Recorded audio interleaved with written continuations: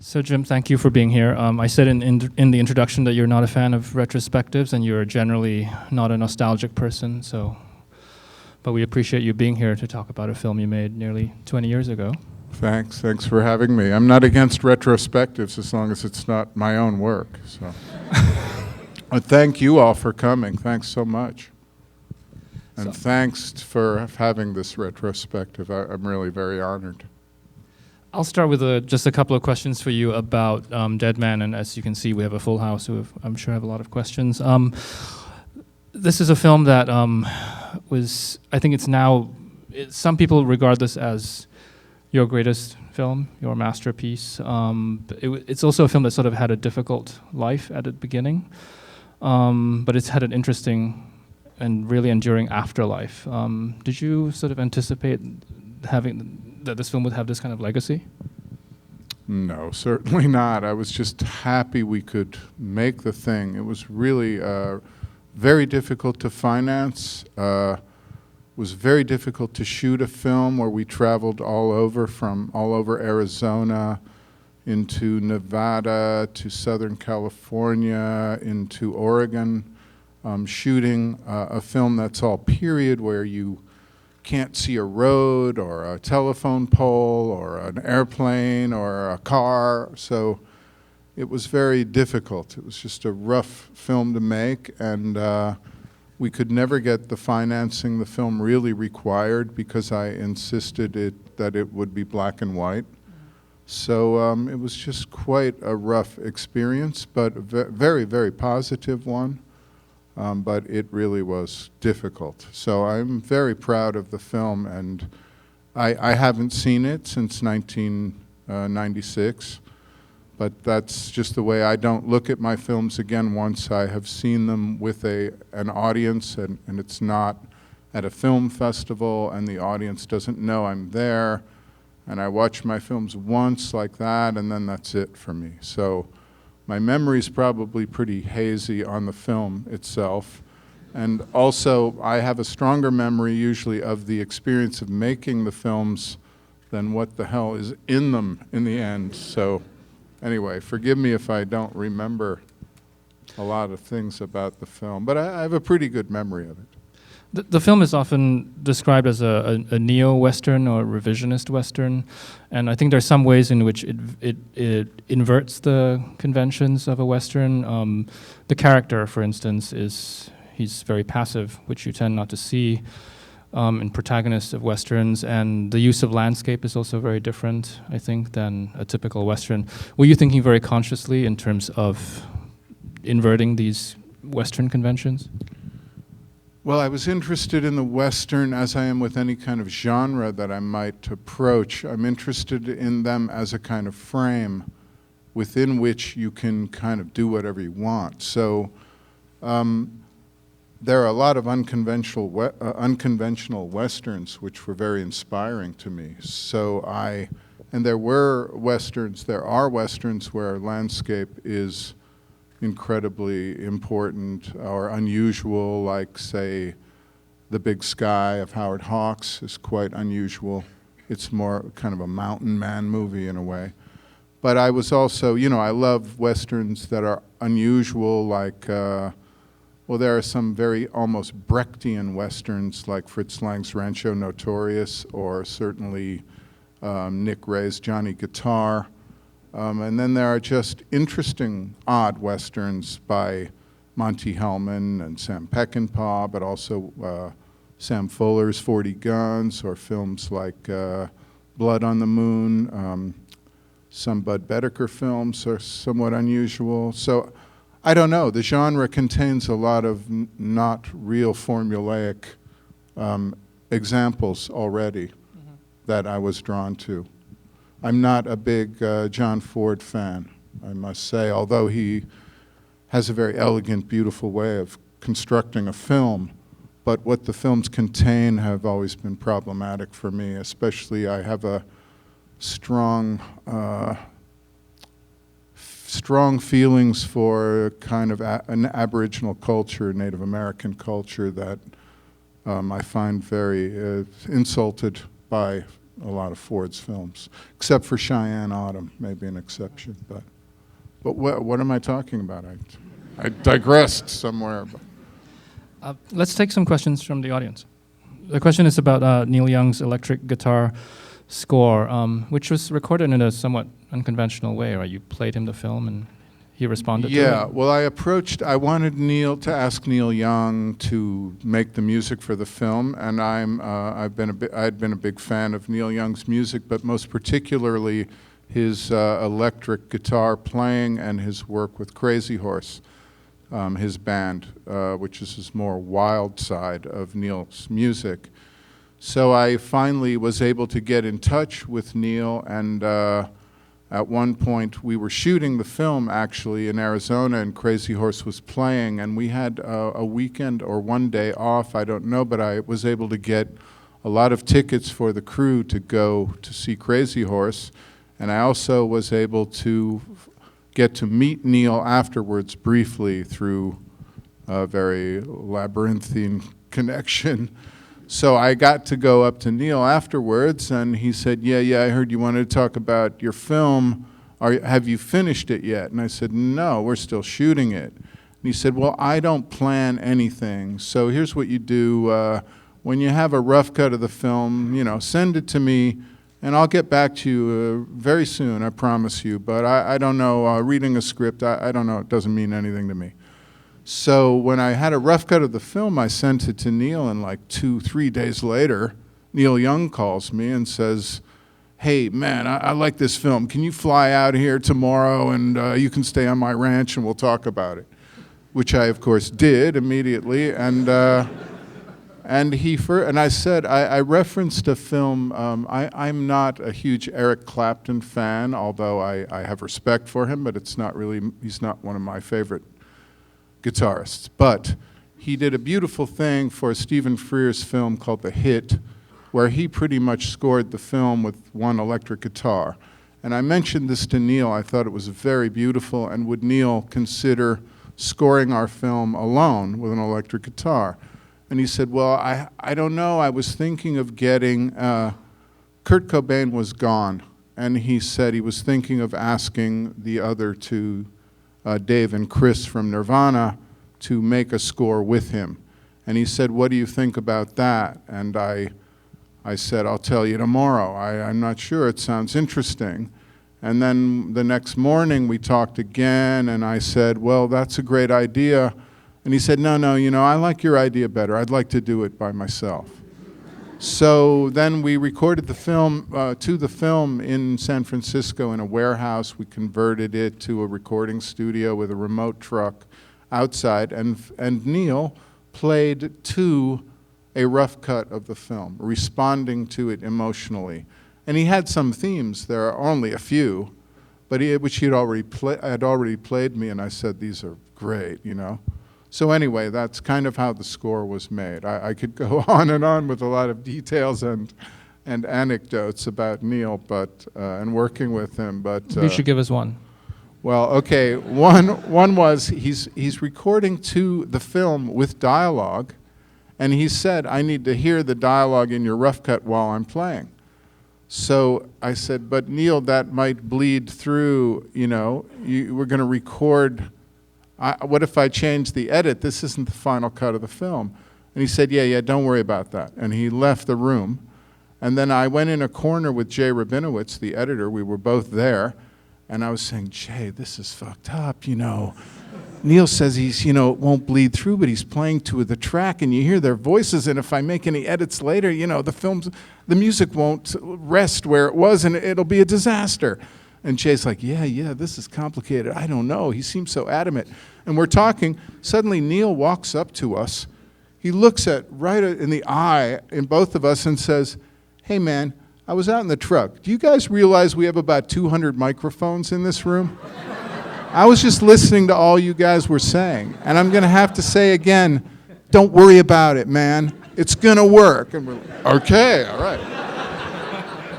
So anyway, he was listening to our conversation, but you cannot trick Neil Young. Don't even try. Don't try. Trust me. He's way ahead of all of us. So. Yes. Question is about the significance of William Blake. While I was writing the script and holed up in a little shed in the Catskills, I was reading what I could of so-called Native American literature, right? So I'm reading all these books, whatever I could find in the voice of Native Americans. And I thought, okay, I just need to kind of erase all this for a minute. I think I'll read something else and put this away. I'm a big William Blake fan. I pick up some Blake. I'm reading Blake, and I can't believe that it sounds, some of it, like Native American aphorisms, like expect poison from standing water, or little things. These were from Blake. And it just like opened my brain up to like, wow, he wants to be in the film, you know? So he entered the film, and then William Blake became a part of the film. But it really happened like that. It wasn't something I decided.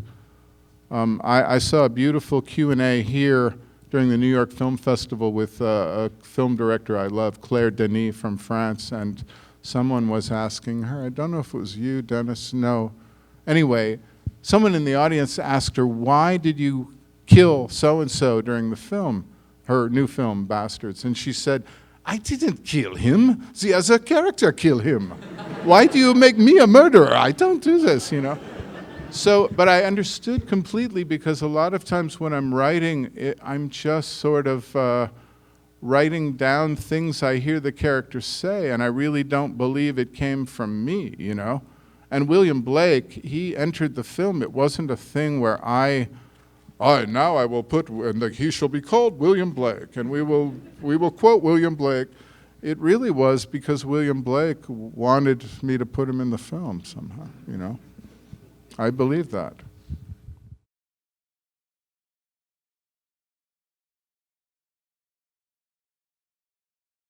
I'll have to start doing it again. Well, actually, it's funny because the script that I hope to shoot maybe in the next year or so does have some of that again. I don't know. It was part of a necessity that became formal, or part of the form of Stranger Than Paradise, because it was a film I made where we only had enough film material to basically do 1 or 2 takes of every scene, so the scenes themselves were designed to be in a single setup. So a single camera position, or take isn't the right word, but so in order to cut them together, it seemed like it needed a kind of respiration or something rhythmically, and the image needed to be removed from you for a moment before a new image was put in your head. So it seemed to work very well in that film, and then I kind of became, you know, I like using that, so it's, I guess, I forget, yeah, it's in Dead Man, yeah, sure it is, yeah. He just said it was. I don't remember. But it's a kind of a rhythmic thing for me to remove the image for a moment, and then before delivering the next one. It's like breathing. It's helpful sometimes. Basically, do you write with actors in mind? Do you write your characters with actors in mind? I try to write with all the central characters with already an actor that I would like to imagine being in that character, and I've been very lucky to usually, almost always, get them. So I've been very lucky, but I really try to think of an actor that I could collaborate with, but that I can imagine embodying this character. So I try very hard to have the actor already in mind, and not, at least for all the central characters, for sure. And in this case, I had seen Gary Farmer in a few things, and I wanted Gary Farmer, and I wrote this for Gary Farmer. And then I got a number to call Gary Farmer. He lived up in Canada, way off the grid in the middle of nowhere. And I said, I'm you know, Jim Jarmusch. You don't know me, but I know your work. I wanted to send you this script that I wrote and see if you'd be interested. And he said, you know, I don't like reading scripts, man. I'll tell you what, why don't you come up here and tell me the story? I'm like, okay, what do I do? Okay, you fly to Toronto, then you got to rent a car and drive 4 hours and the blah, blah, blah, you know. So I get the instructions, like, well, when can I come? I don't know, whenever you want. Okay, I'm going to come the day after tomorrow. I'm going to get there. I'll call you. I said, well, okay, if you don't get me by phone, though, just drive here. I'll be out in the woods, or you'll find me, you know. So I go, I find Gary Farmer in the middle of nowhere, 5 hours north of Toronto, I don't know, in the middle of the woods, and in a house that was off the grid and really interesting. And I tell him the story. And he says, yeah, let me think about it. Hey, man, it's too late to leave now. It's late at night. You can sleep over there on the floor there, and I'll make you breakfast. How's that? It's like, okay, cool. So the next morning, I'm there with Gary Farmer, and he's like, yeah, so I thought about your story, and, well, let's do it. So I'm like, all right. So I get in my rental car. It takes me a day to get home, you know. But it made me love Gary Farmer even more. That's just what he's like, you know, and he is like nobody. And this thing about Pirandello, you know, I don't want to kill them. I was so sad that nobody gets killed in the end of this film that I brought him back in Ghost Dog briefly. You know, I brought him back in Another Century because I didn't want to believe he was gone, you know. And I saw him recently, and he's like, so when am I going to reappear?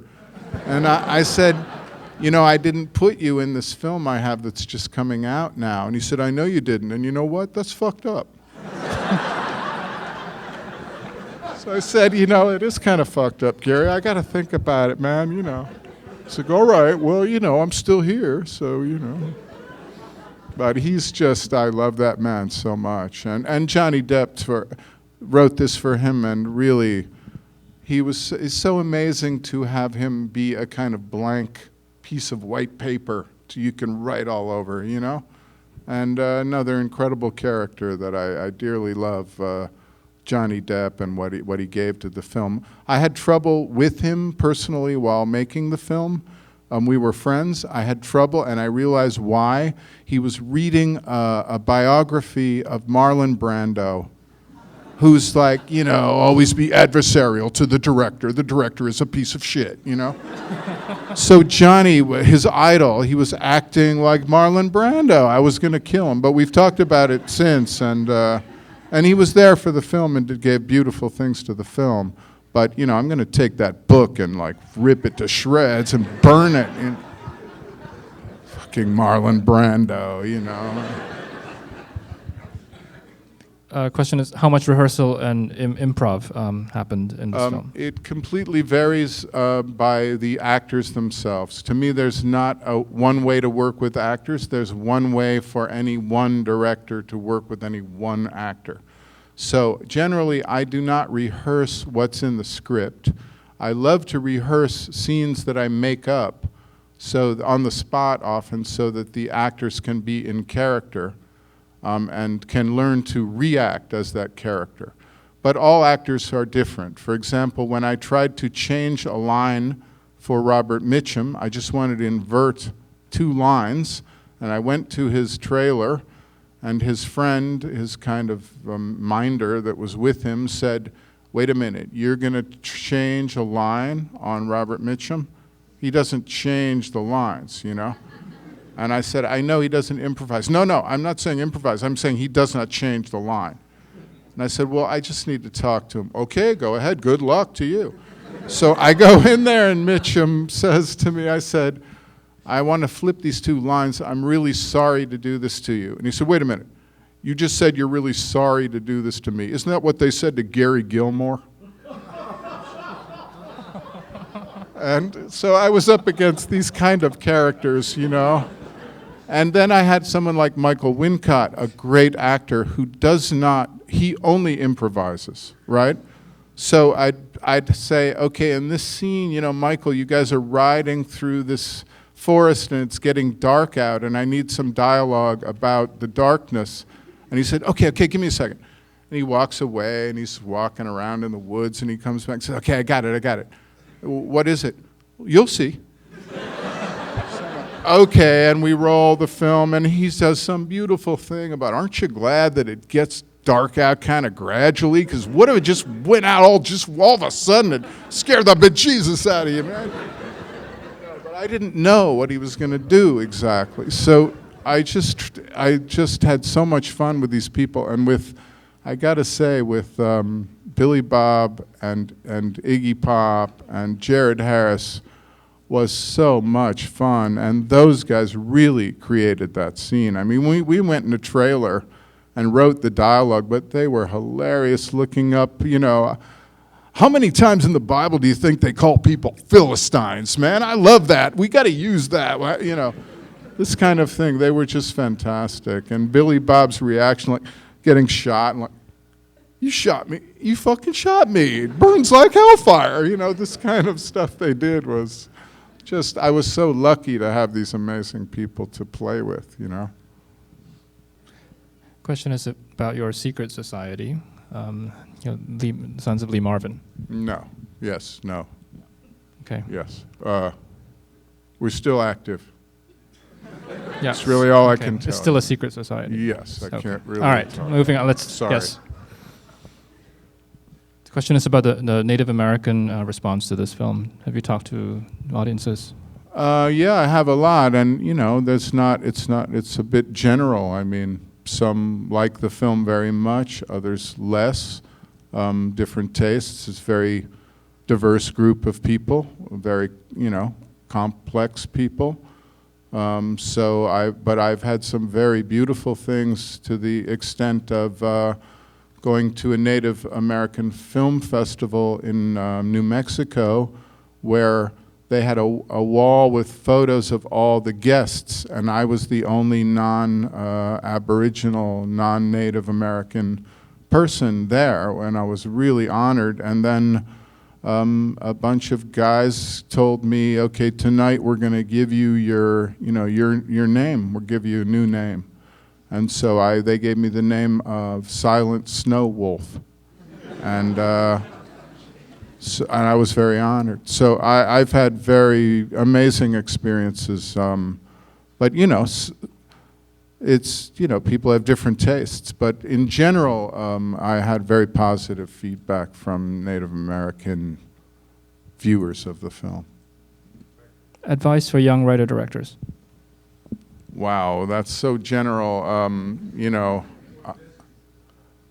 I think, I'm not real good at, I'm not a teacher, I don't know, I'm still trying to figure out how to do it myself. So my advice is really to really follow your instincts and stay true to yourself and listen to yourself and, choose good collaborators and know that film is collaborative. But also, the director-writer is a kind of navigator of the ship that kind of guides where it goes. But you don't sail the ship by yourself, So you work with a lot of amazing people. Try to get the best people you can to work with, and try to hold on to your vision as best you can. Hold on to your pants, man.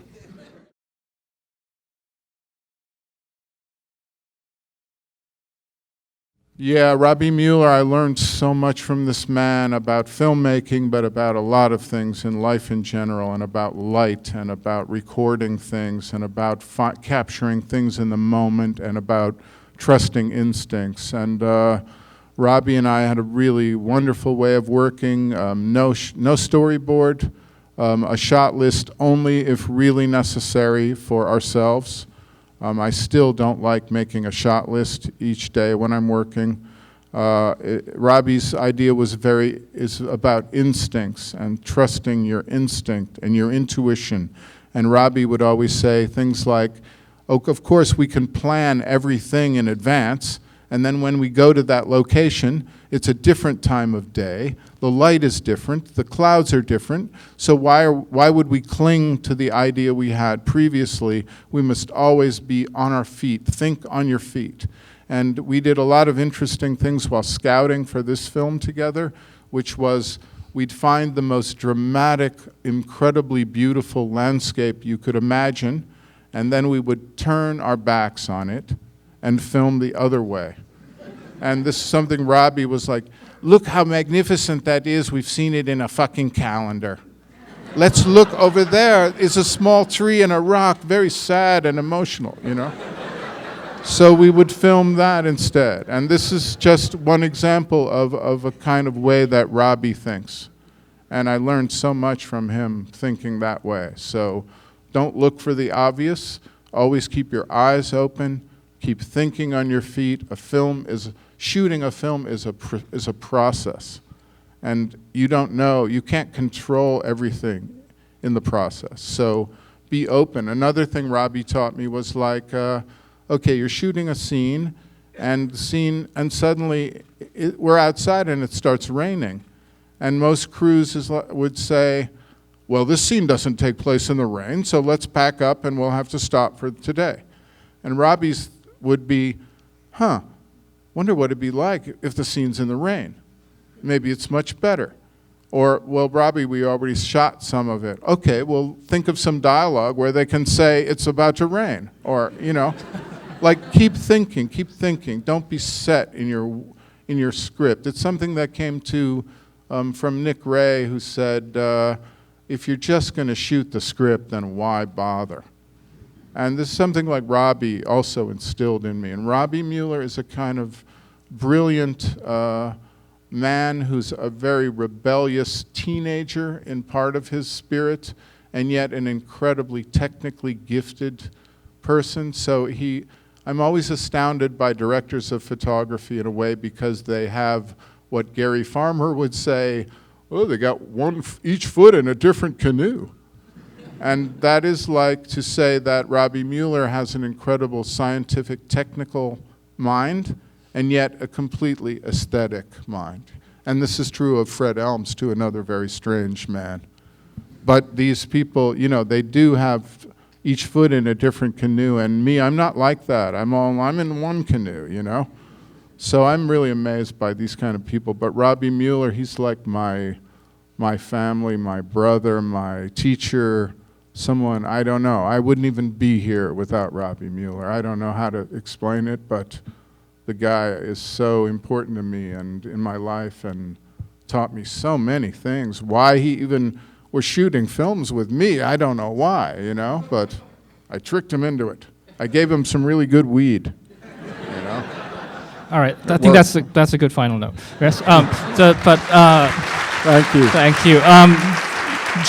Jim will be back in a few minutes to introduce Down by Law, and we also have him back on Friday, 10 o'clock, Only Lovers Left Alive.